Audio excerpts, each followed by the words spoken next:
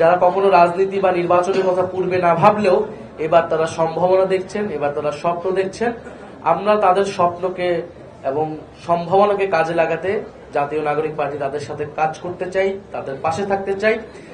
ফলে আমরা বাংলাদেশের সেই সৎ, যোগ্য, দক্ষ এবং দেশপ্রেমিক মানুষের প্রতি আহ্বান জানিয়েছিলাম এবং আমাদের আহ্বানে সাড়া জাগিয়ে প্রায় ১,৫০০ মানুষ এই মনোনয়ন ফর্ম নিয়েছেন। আমরা তাদের প্রতি আন্তরিক ধন্যবাদ এবং কৃতজ্ঞতা জানাই।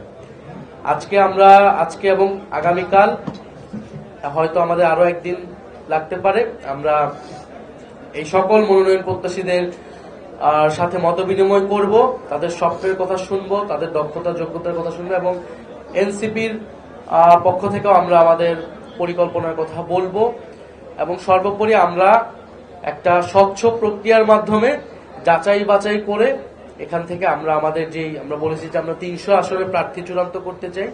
সেই ৩০০ আসনের প্রার্থী আমরা চূড়ান্ত করব। এখানে একটা প্রাথমিক যাচাই বাছাই হবে, পরবর্তীতে আমাদের যে রাজনৈতিক পরিষদ রয়েছে তার কেন্দ্রীয় সংসদীয় বোর্ড হিসেবে তারা কাজ করবে, তারা চূড়ান্ত মনোনয়ন দিবেন এই ৩০০ জন প্রার্থীকে।